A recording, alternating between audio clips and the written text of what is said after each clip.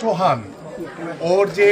বিস্ময়কর যে প্রতিভা দেখলাম, ওর ফুটবলের প্রতি যে ওর ভালোবাসা ভালো লাগা, এবং ওর বাবার যে সোহানকে একজন বড় ফুটবলার হওয়ার যে স্বপ্ন দেখছে,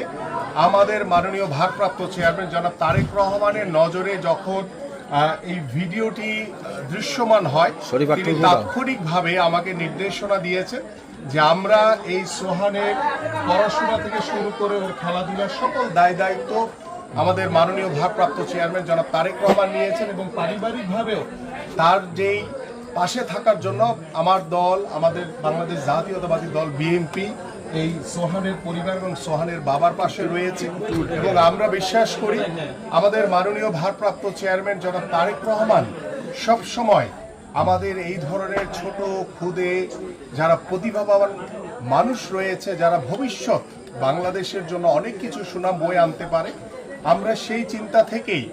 আমরা আজকে এখানে উপস্থিত হয়েছি এই সোহানের বাসায়। এবং আমরা একটি বিষয় আপনাদের কাছে উল্লেখ করতে চাই যে আপনাদের সকলের মনে আছে আমাদের শহীদ রাষ্ট্র